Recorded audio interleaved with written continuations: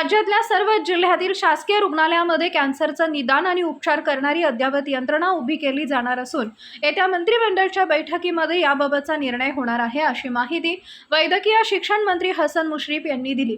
या रुग्णालयामध्ये कॅन्सरच्या उपचाराचं L1, L2 आणि L3 अशा पद्धतीचं वर्गीकरण असणार आहे, असंही मंत्री हसन मुश्रीफ यांनी सांगितलंय। सांगली जिल्ह्यातील मिरज शासकीय वैद्यकीय महाविद्यालय आणि रुग्णालयामधील शस्त्रक्रिया फेज 2 ग्रंथालय आणि DSA मशीन यांचं लोकार्पण वैद्यकीय शिक्षण मंत्री हसन मुश्रीफ यांच्या हस्ते करण्यात आले।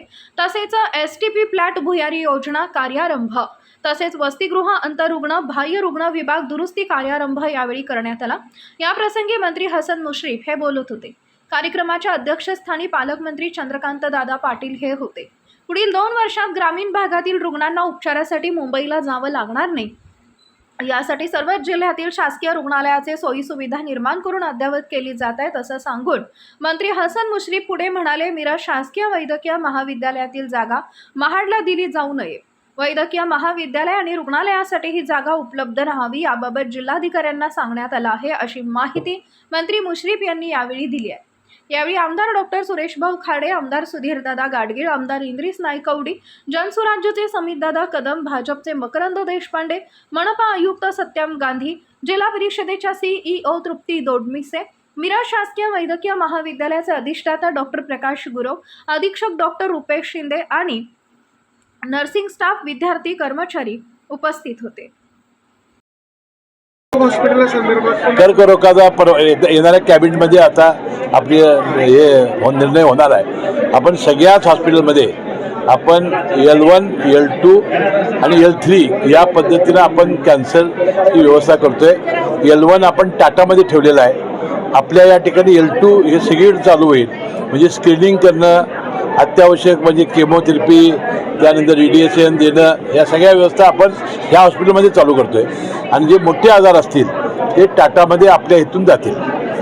सगळ्या रुग्णालयामध्ये अतिशय चांगली व्यवस्था गेल्या 2 वर्षामध्ये आपण केलेली आहे। पुन्हा आम्ही सचिवांना आयुक्तांना सांगितलेलं आहे, या 39 शासकीय जे महाविद्यालयाचे रुग्णालय आहेत त्यामध्ये भेटी द्या आणि ज्या अपुरी बाबी असतील त्याला सुद्धा निधी आपण यावर्षी देणार आहोत। इथं मिरज मेडिकल कॉलेजची जागा म्हाडाला देण्यात आलेली आहे, मात्र वसतिगृह अन्य गोष्टीसाठी अजून आपल्याला जागा अपुरी पडते। मगाशी मी पालकमंत्र्यांच्या मला सांगितलेलं आहे की बाबा म्हाडाला ही जागा देऊ नका, तुम्ही इतर कुठेही जागा घ्या।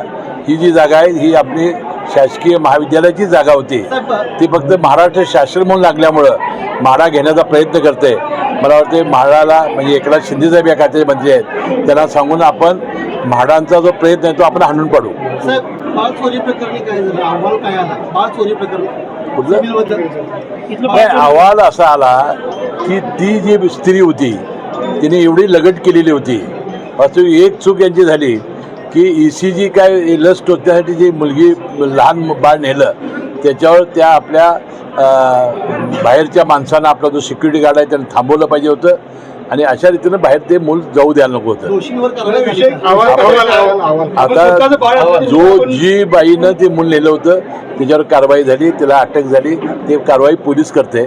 फक्त आता अंतर्गत जे आहे ते आम्ही डीनला सांगितलं, जे दोषी असतील त्यांचा अहवाल 1-2 दिवसात आल्यानंतर त्यावर कारवाई करा। कालावधी काय आहे काय चौकशी? 8 दिवसाच्या आत रिपोर्ट पाठवतो आम्ही।